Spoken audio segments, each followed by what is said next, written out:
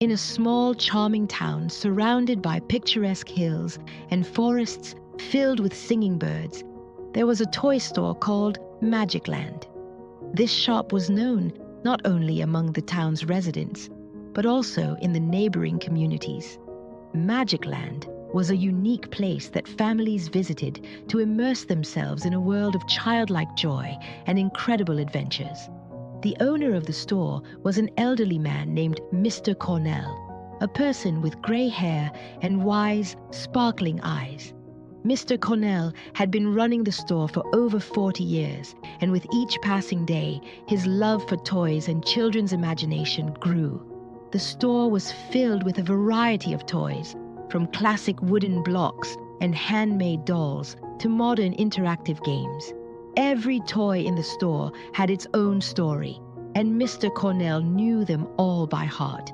He was a man who could tell a tale about every teddy bear and every mechanical toy as if they were alive. These very stories made children love spending time in Magic Land. One day, as Mr. Kornel was opening the store, he found a mysterious letter on the doormat. It was sealed with an old, ornate wax seal, and the envelope bore only the inscription, "To Mr. Kornel, owner of Magic Land." Intrigued, Mr. Kornel carefully opened the envelope and took out a parchment sheet. The letter was written in beautiful calligraphic script. "Dear Mr. Kornel, with great respect, I write to you regarding a matter of utmost importance. I am Fairy Imagina, guardian of the land of imagination and magic. For some time now, I have noticed that the magic in our world is beginning to fade, and children are believing less and less in wonders and dreams. We need your help to save our land and restore faith in magic. Please come to the store at midnight, and I will show you the way to our land. Only you can help us. Respectfully, Fairy Imagina." Mr. Kornel didn't know what to think. The letter seemed too beautiful to be true, but his heart told him he should try. After all, wasn't he the owner of Magic Land? To believe in miracles and magic. That night, Mr. Kornel couldn't sleep for a long time. The clock ticked slowly, and midnight seemed an eternity away. Finally, when the clock struck 12, he dressed warmly and went to his store. The doors were closed, as always, but as soon as he touched the handle, he felt a strange warmth, and the doors opened by themselves. Inside the store, a silence prevailed, but something had changed. All the toys seemed to be alive, and a delicate, shimmering dust floated in the air. Suddenly, in the middle of the store, a figure appeared. It was a beautiful fairy with golden hair and wings shimmering with all the colors of the rainbow. "Welcome, Mr. Kornel," said the fairy. "I am Fairy Imagina. I am glad you came to our call." Mr. Kornel bowed slightly, unable to believe his eyes. "How can I help, Madam Fairy?" he asked, with curiosity and concern in his voice. "Our land is in danger, Mr. Kornel. Fewer and fewer children believe in magic, and their imagination is fading. We need you to remind children how important dreams and belief in miracles are." The fairy raised her wand and pointed it at the door to the back room of the store, which now glowed with golden light.